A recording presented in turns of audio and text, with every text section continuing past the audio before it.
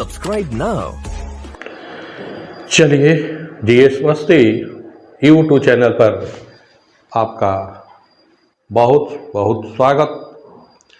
सर्वप्रथम माँ सरस्वती को वंदन, अभिनंदन, प्रार्थना, अर्जी करता हूँ। हम आते हैं आज के विचारों में। दरअसल दर्शन शास्त्र में, दर्शन विषय को पढ़ने में मुझे बहुत इंटरेस्ट है। दर्शन शास्त्र विषय को मैं बहुत पसंद करता हूँ, लेकिन हम यहाँ दर्शन की बात नहीं करते हैं, हम फिलोसफी की बात नहीं कर रहे हैं। ये चकाचौंध भौतिकवादी संस्कृति में फिलोसफी की बातें करना हमको सही अर्थों में प्रतीत नहीं होता है।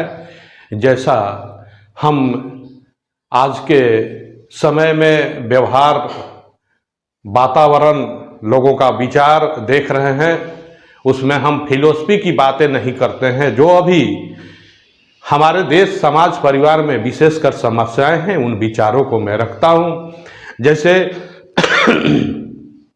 मेरे ख्याल में जो अभी का शिक्षा व्यवस्था है, जहां तक मेरा विचार है, वो भौतिकवादी संस्कृति के इस दौर में जो शिक्षा व्यवस्था है, उसका उद्देश्य केवल धन कमाना हो गया है।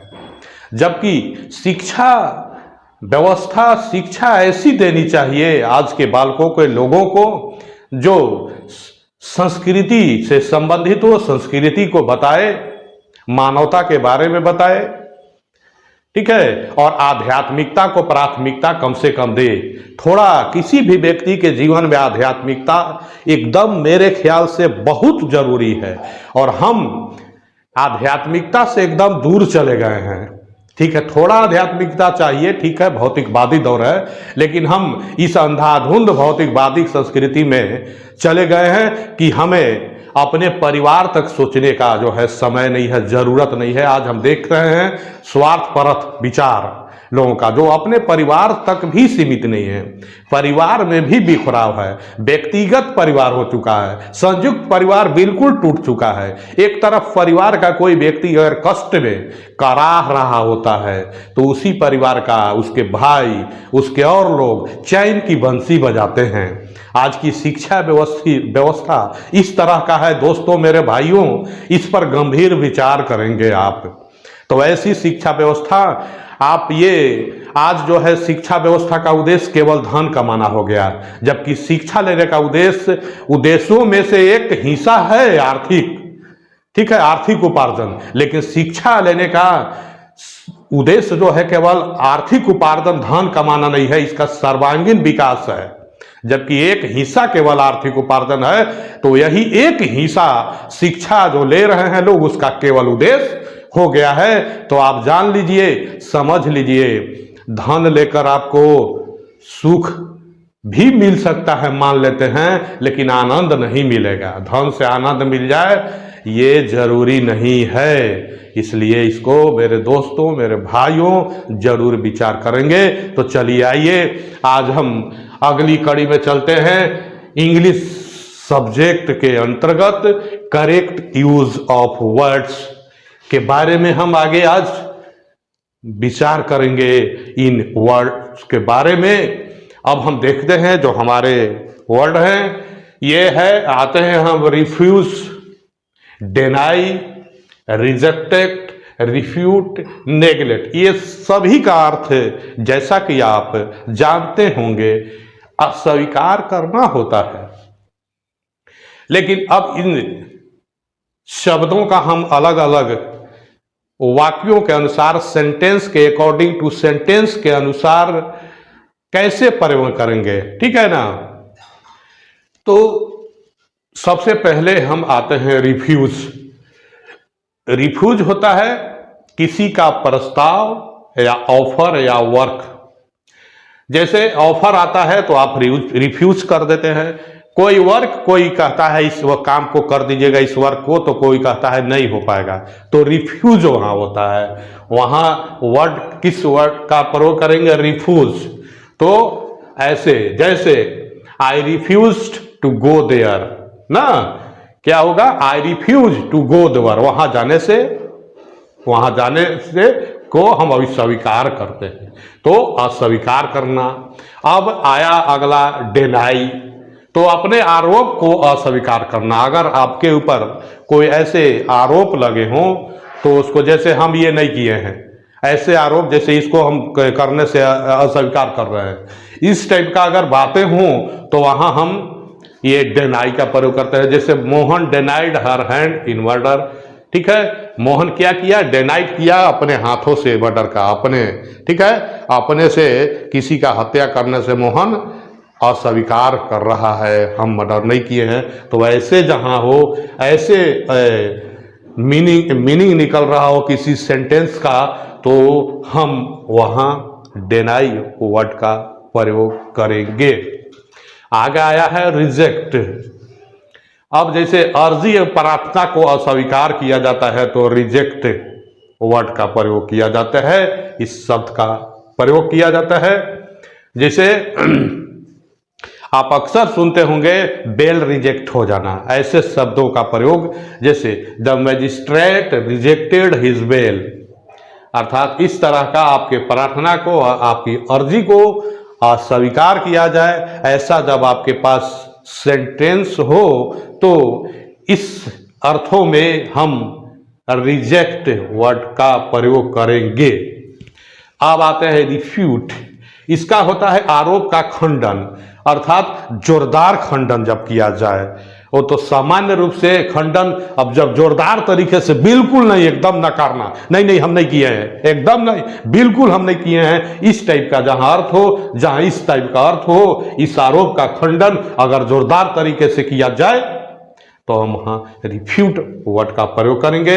जैसे Anil violently refuse his hand in crime, ठीक है, जोरदार तरीके से, बलपूर्वक तरीके से जो है आरोपों को अस्वीकारना।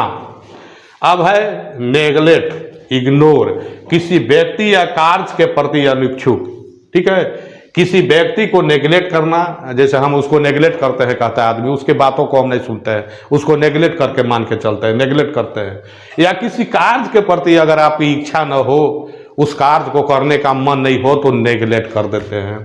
जैसे Manoj neglect my presence, Ram neglects her work, ठीक है, नेगलेक्ट्स उसके वर्क को, उसके काम को नेगलेक्ट कर दिया, राम हर नेगलेक्ट्स हर वर्क। तो इस टाइप का जहां सेंटेंस हो तो हम नेगलेक्ट शब्द का प्रयोग होंगे। ऐसा अगर सेंटेंस हो, ऐसा अगर वर्ड का ऑप्शन आए तो हम नेगलेक्ट जो वर्ड को उस ऑप्शन में जो है फिल करेंगे, भरेंगे। अब आया अगला, अब आता है sentence spacious, sufficient, ample, abundant, plenty. अब इन सबका अर्थ होता है पर्याप्त, अधिक, प्रचुर, ठीक है, पर्याप्त, अधिक, प्रचुर। जैसे अब आएंगे एसेफेसियस, स्पेशियस, इसका अर्थ होता है पर्याप्त जगह या स्थान। तो आप देखते हैं हम सफिशिएंट मतलब अधिक, काफी, ज्यादा, इसका अर्थ क्या होगा? अधिक, काफी, ज्यादा। जिससे there is sufficient proof in favour of Sohan, मतलब सोहन के फेवर में जो है काफी ज्यादा, जो है काफी अधिक प्रूफ है, ठीक है, प्रमाण है।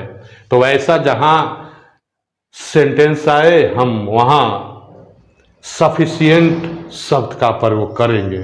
आम्पल, भरपूर, चांस, स्कोप, अपॉर्चुनिटी, ऐसा जहां हो उसके लिए हम इस वर्ड का प्रयोग करेंगे। जैसे there are ample scopes for the students of medical science, अर्थात बहुत ज्यादा अपॉर्चुनिटी होता है मेडिकल साइंस को, विद्यार्थियों को मेडिकल साइंस पढ़ने से, मतलब ज्यादा स्कोप होता है। ये जब ऐसा आएगा तो हम यहां इसका प्रयोग करेंगे। अब आगे आता है एबेंडेंट, अधिक से अधिक, बहुत अधिक, अधिक से अधिक, बहुत अधिक। जब ऐसा मीनिंग निकले तो हम वहां इस वर्ड का प्रयोग करेंगे। जैसे there is abundant grain in our country, मतलब हमारे देश में बहुत अधिक, काफी क्या है, अनाजों का जो है भंडार है या अनाज उपलब्ध है। ये इस समय हम इस वर्ड का प्रयोग करेंगे। जब प्लेंटी अगला है, तो ये जो है आपको मेटेरियल नाउन की अधिकता पर्याप्तता के लिए, ठीक है, जैसा आप जानते हैं नाउन के बारे में, तो मेटेरियल नाउन की अधिकता और पर्याप्तता जैसा अगर हमें सेंटेंस का अर्थ प्रतीत हो तब हम इसका प्रयोग करेंगे। सी ड्रंक प्लेंटी ऑफ वाटर, और राम, ठीक है, अर्न प्लेंटी ऑफ मनी, ठीक है। ये इस तरह से जो है आपको याद रखना है। मटेरियल नाउन का जहां है ऐसा आए सेंटेंस में, तो तब वहां हम प्लेंटी वर्ड का प्रयोग करेंगे। अब हम आगे आते हैं। स्टूडेंट, पुपिल, एस्पायरेंट्स, फॉलोअर, ये सभी का अर्थ छात्र होता है मोटे तौर पर, लेकिन हम आते हैं देखते हैं अब स्टूडेंट कैसे, इसका अर्थ कहाँ होगा, तो स्टडी अर्थात ज्ञान प्राप्ति के उद्देश्य से, सामान्य रूप से ज्ञान प्राप्ति के उद्देश्य से जब ऐसा सेंटेंस हो तो हम वहाँ स्टूडेंट, जैसे despite he old age he is student because he studies most of the time, ठीक है ना। मतलब बहुत अधिक उम्र, बूढ़े एज, अधिक एज होने के बावजूद भी वह क्या है, अधिकांश समय जो है पढ़ता है, ठीक है, ठीक है, अधिकांश समय पढ़ता है अर्थात विद्यार्थी के रूप में। तो ये ज्ञान प्राप्ति के उद्देश्य से जब ऐसा हो अर्थ सेंटेंस तो हम स्टूडेंट सब। आगे है पुपिल, ये संस्था, स्कूल या कॉलेज में जब अध्ययन कर रहे हों छात्र, तो वहां पुपिल शब्द का सामान्य रूप से यूज होता है।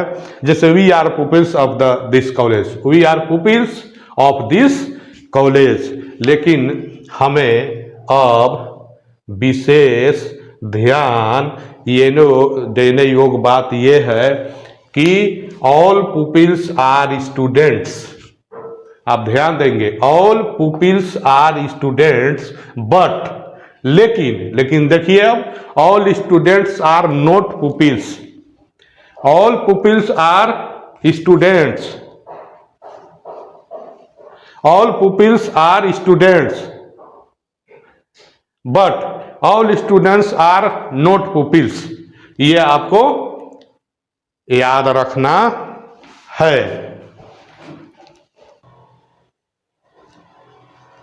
अब हम आते हैं एस्पायरेंट्स, प्रतियोगिता परीक्षा के जो विद्यार्थी तैयारी कर रहे होते हैं, जैसे आप लोग करते होंगे कॉम्पिटिटिव एग्जाम का, तो उसको क्या कहते हैं, एस्पायरेंट्स। खासकर जो प्रतियोगिता परीक्षा की तैयारी कर रहे होते हैं विद्यार्थी, उनको एस्पायरेंट्स, जैसे we are aspirants of JPSC, we are aspirants of JPSC. अब हम आगे आते हैं, जो हमारा अगला था फॉलोअर, फॉलोअर, ये महान पुरुष या बड़ों का जो हम अनुकरण करते हैं, पीछा करते हैं, ठीक है। हम अपने महान पुरुष या अपने आदर्श जो इसको मानते हैं या बड़ों लोगों का जब अनुकरण करते हैं, हम मानते हैं, उनकी बातों को स्वीकारते हैं, उनका पीछा करते हैं, उनका देखा देखी करते हैं, उनसे सीख लेते हैं, तो ऐसे अर्थों में हम फॉलोअर का वर्ड का प्रयोग करते हैं। जैसे we are followers of Gandhi ji, we are followers of Vivekananda, ठीक है। ऐसे अर्थों में हम क्या प्रयोग करेंगे, फॉलोअर्स। तो इस तरह का इन जो है शब्दों का, वर्ड का इस तरह का अर्थ हम देखेंगे। आप इन अर्थों को ध्यान पूर्वक पढ़ेंगे, आपको ये क्लोज टेस्ट, ठीक है, सिनोनिम, एंटोनिम, ठीक है, आपको सेम वर्ड्स, ठीक है, मीनिंग ऑफ वर्ड्स, ठीक है, ये सारा चीज ठीक है, आपका डिक्शनरी, इंग्लिश सब वर्ड्स, ये सारे जो है आपके स्ट्रॉन्ग होंगे। आप इसको ध्यान पूर्वक देखेंगे, फिर आगे की कड़ी हम लगातार जो है आपके इस तरह के करेक्ट यूज ऑफ वर्ड्स को और इसके बाद कुछ एरर को लाएंगे। आप जरूर लाइक सब्सक्राइब करेंगे, और ताकि आपका एक बटन हमारे वीडियो, ठीक है, डालने के लिए हमें हौसला बुलंद करेगा, हमें प्रेरित करेगा। आपका एक बटन, आपकी अंगुली से थोड़ा सा दबाना हमारे हौसला को बुलंद करेगा। जय हिंद।